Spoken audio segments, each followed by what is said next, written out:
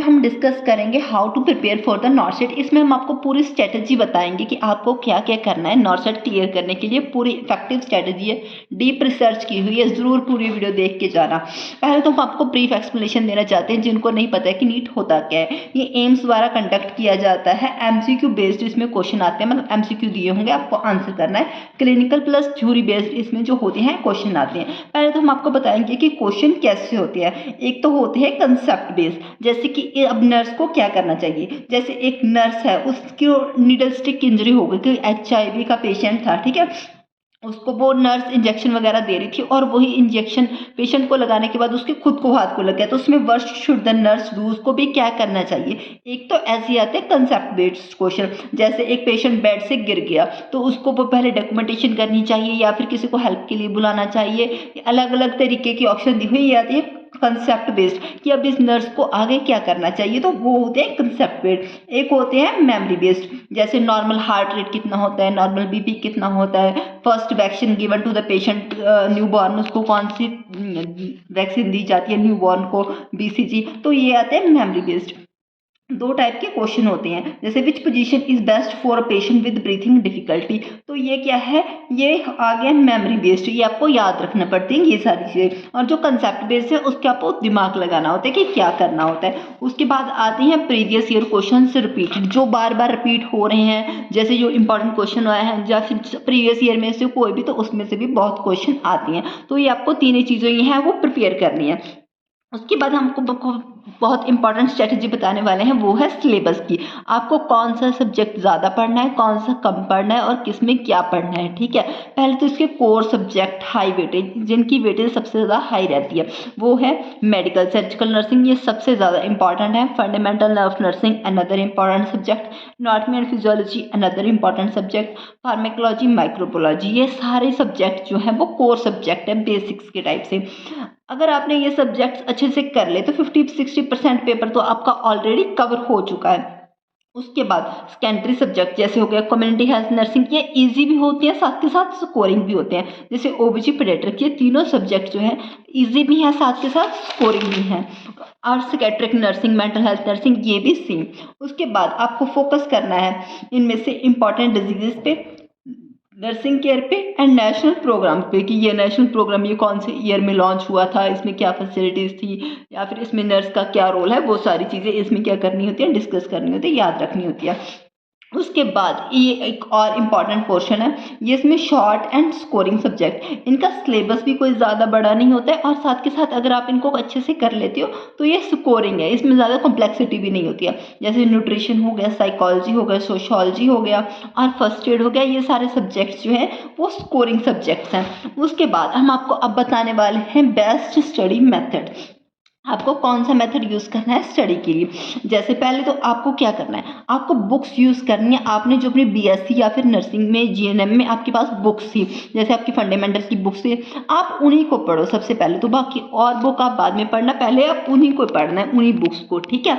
एक टॉपिक ले लिया, जैसे कोई पहले एक बुक उठा ली, जैसे OBG की उठा ली, फंडामेंटल की उठा ली, कोई भी, उसमें एक टॉपिक ले लिया, उस टॉपिक के बनाने हैं आपको नोट्स बना लेने की, हाँ इसमें मैंने कि ये पढ़ा, राइट, इंपॉर्टेंट पॉइंट आपको लिख लेने हैं। और सबसे मेन बात है, सबसे ज़्यादा मेन बात क्या है, आपको क्या करना है, उस टॉपिक के प्रीवियस ईयर क्वेश्चन जो है नेट में से सर्च करने हैं, चाहे आप गूगल में से कर लो, चाहे आप ChatGPT में से कर लो। आपको सर्च करना है कि ये वाला टॉपिक और इसके प्रीवियस ईयर क्वेश्चन, जैसे इन नॉर्थ सेट या फिर किसी और एग्जाम में जिसके लिए भी आप तैयारी कर रहे हो, उसके आपको क्वेश्चन आंसर वहाँ पे भर लेने हैं। जब आपने वहाँ पे गूगल पे या फिर ChatGPT पे सर्च करोगे तो वहाँ आपके पास क्या आ जाएगा, आ जाएंगे उसी जो आपने टॉपिक पढ़ रहे हो उसी के प्रीवियस ईयर क्वेश्चन आपके पास आ जाएंगे। तो आपको पता चल जाएगा कि आपको एग्जैक्टली पढ़ना क्या है, उस टॉपिक में से क्या क्या याद रखना है, क्या उसमें से क्वेश्चन पेपर में आता है। इससे क्या होगा, आपका वो टॉपिक एक तो अच्छे से कवर हो जाएगा,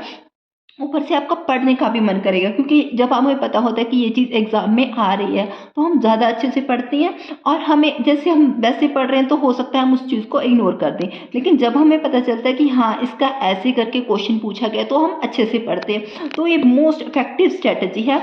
उसके बाद ऐसे करने पहले आपको एक टॉपिक कंप्लीट करना है, टॉपिक के बाद करते करते आपका चैप्टर कंप्लीट हो जाएगा। फिर आपको करनी है चैप्टर वाइज पीवाईक्यू।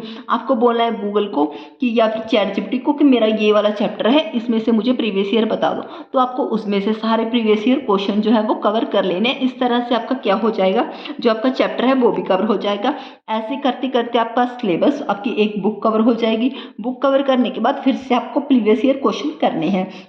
और प्रीवियस ईयर क्वेश्चन करने की भी एक टेक्निक है, आपको मॉक टेस्ट भी देने हैं और वैसे भी करना है। मॉक टेस्ट देने से क्या फ़ायदा है, मॉक टेस्ट देने का ये फ़ायदा है कि आपको मैनेजमेंट आ जाएगी। जैसे आपने 1 आवर में ये किया, मैंने ये 1 आवर में या फिर 3 आवर्स में मैंने ये पेपर कंप्लीट करना है, तो आपको उससे क्या होगा, आपको नए नए तरीके मिलेंगे जिसकी वजह से आप क्या कर पाओगे, एग्ज़ाम में अपना टाइम बचा सकोगे। आपको बहुत सारी टाइम सेविंग जो है चीज़ें पता चलेगी कि हाँ मैंने यहाँ पे टाइम वेस्ट किया है, यहाँ पे टाइम वेस्ट किया, तो वो सारी चीज़ें आपको पता चलेगी और एग्ज़ाम में आप वो गलती जो है वो नहीं करोगे। उसके बाद स्टडी टेक्निक, अगर आपका पढ़ने में मन नहीं लगता है, सबसे बेस्ट टेक्निक है आज तक की, मैं भी यही फॉलो करती हूँ, सबसे बेस्ट टेक्निक। तो आपको क्या करना है, जैसे भी आपको पढ़ने बैठना है तो आपको ऐसे नहीं है कि जैसे आप पहले फ़ोन चला रहे थे, आपका मन किया हाँ चलो अब थोड़ा पढ़ लेते हैं, तो हाँ उठ के पढ़ने लग गए, नहीं ऐसा नहीं है। अगर आप फ़ोन देखते देखते पढ़ने बैठोगे ना, आपका बहुत कम मन लगेगा, आपका मन ही नहीं लगेगा उस चीज़ में। आपको क्या करना है, आपको क्या करना है, आपको पहले 5 मिनट में क्या है, रेस्ट करनी है। 5 मिनट आपको आइज़ क्लोज करके बैठना है। जैसे कि आपका मन हुआ कि हाँ मुझे पढ़ना है, तो आपको क्या करना है, 5 मिनट आइज़ क्लोज करके बैठ जाना है। कोई फ़ोन नहीं चलाना है, कुछ नहीं चलाना है। मोबाइल फ़ोन की नोटिफिकेशन जो है वो सारी वो बंद कर देनी है, ठीक है।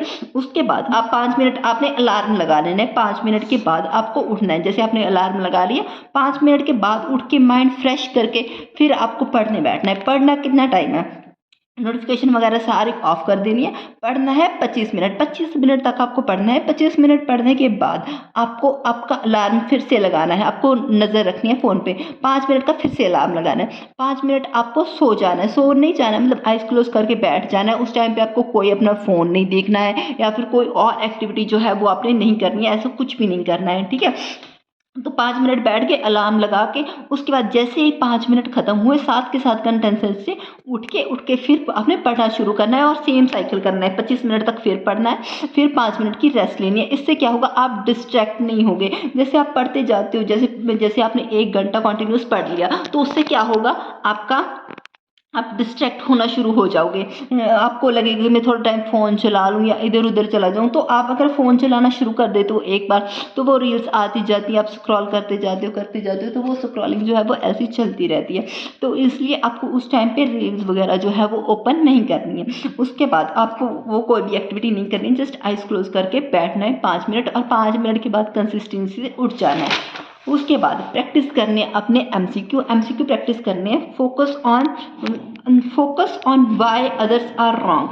आपको ऐसे नहीं है कि एमसीक्यू जस्ट ऐसे ही कर लेने हैं, आपको देखना है कि अगर बाकी ऑप्शन गलत हैं वो गलत क्यों है, और जो ऑप्शन अगर मेरी सही है तो वो सही क्यों है। इस चीज़ का आपको नज़र रखना है। जैसे आप चैट जीपीटी पे या गूगल पे सर्च करोगे कि हाँ ये आपको आंसर जो है वो गलत क्यों है। जैसे आपने चैट जीपीटी को वो क्वेश्चन दे दिया, उसको बोलो rationalisation for correct and incorrect answer, कि मुझे ये भी बताओ कि ये सही क्यों और ये भी बताओ ये गलत क्यों है। इसका आपका पूरा कंसेप्ट जो क्लियर हो जाएगा। अगर क्वेश्चन थोड़ा बहुत चेंज होके भी आ गया, फिर भी आप जो है वो अटेम्प्ट उस क्वेश्चन को कर पाओगे, ठीक है। उसके बाद सॉल्व करने हैं अपने प्रीवियस ईयर क्वेश्चन। इससे आपको आइडिया लग जाएगा कि आपकी कितनी प्रिपरेशन है कितनी नहीं। मार्क करने हैं रिपीटेड क्वेश्चन, जो जो क्वेश्चन बार बार आ रहे हैं उनको मार्क करना है। वो इंपॉर्टेंट क्वेश्चन होते हैं, वो हर साल एग्जाम में आते ही आते हैं, तो उनको क्या करना है, मार्क करके रखना है और उनको उस टॉपिक को अच्छे से कर लेना है। रिवाइज तो उस टॉपिक अगेन, जो जो क्वेश्चन आपके गलत होते हैं, आपका कोई कंसेप्ट वीक है, कुछ टॉपिक वीक है, तो उसको आपको दोबारा से उस टॉपिक को करना है। उसके बाद मॉक टेस्ट करना है, फुल लेंथ का मॉक टेस्ट दे के देखना है पूरे कंसिस्टेंसी से, पूरा एग्जाम वाला माहौल बना के। उससे क्या होगा, आपके एक तो आपके वीक सब्जेक्ट पता चल जाएंगे कि आपको कौन से सब्जेक्ट पे और मेहनत करने की ज़रूरत है, कौन सा आपको थोड़ा कम आता है।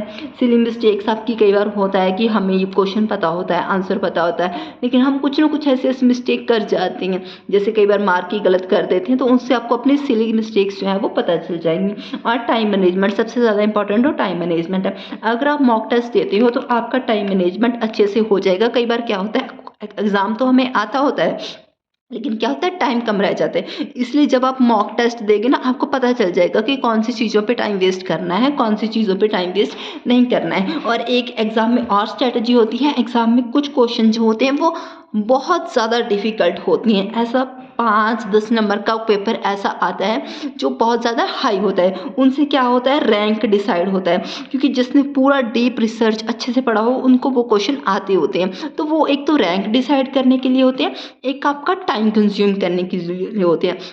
इसीलिए आपको क्या करना है, सबसे पहले आपको ध्यान देना कि जो क्वेश्चन आपको आते हैं अच्छे से पहले उन्हें अटेम्प्ट कीजिए, और जिन पे आपको लग रहा है कि 2-4 बार पढ़ने पे भी आपको वो नहीं आ रहा है उनको उस टाइम पे छोड़ दीजिए। और ये ना हो कि आप उनके चक्कर में अपना जो बाकी आता था उनको भी लॉस कर दें। इसलिए इस चीज़ का भी है ध्यान रखना है।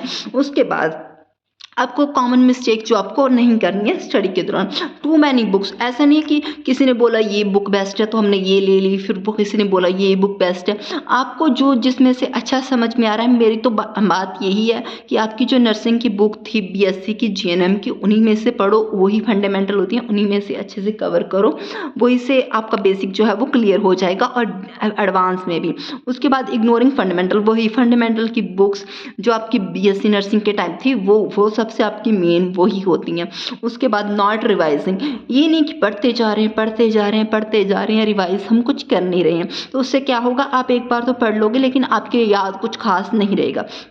इसीलिए रिवीजन भी उतनी ही ज़रूरी है। वीक में एक दिन ऐसा रख लो कि इस दिन हमें कोई नया सब्जेक्ट नहीं पढ़ना है, इस दिन हमने पुराने वाला ही रिवाइज़ करना है। और रिवाइज़ भी कैसे करना है, जैसे एमसीक्यू वगैरह सॉल्व करके रिवाइज़ अच्छे से हो जाता है। क्योंकि जैसे हम दोबारा टॉपिक पढ़ते हैं या फिर वो टॉपिक किसी को समझा दो, अगर आपका रिवाइज़ करने का मन नहीं कर रहा है तो वो टॉपिक या तो किसी को समझा दो या फिर उसके एमसीक्यू सॉल्व कर लो, ठीक है। And only reading no MCQ, ये भी मोस्ट बकवास टेक्निक है। क्यों? क्योंकि अगर आप सिर्फ पढ़ते जा रहे हैं एमसीक्यू नहीं कर रहे हो, आपको पता ही नहीं चलेगा कि कहाँ से क्वेश्चन आ रहा है। क्योंकि ये तो है नहीं कि आपको याद करके एग्जाम में लिख के आना है, ये तो है नहीं, आपको तो एमसीक्यू देनी है। इसलिए आपको एमसीक्यू पता होना चाहिए कि क्वेश्चन में कहाँ से कैसे एमसीक्यू जो है वो बन रहा है। ये तो है नहीं कि पूरा पैरा आपने याद कर लिया, पूरा पैरा आप एग्जाम में एज इट एज लिखाओगे, नहीं ना। आपको ये देखना है कि उस पैरे में से कैसे एमसीक्यू जो है वो बन रहा है, तो वो चीज़ आपको ध्यान में रखनी है।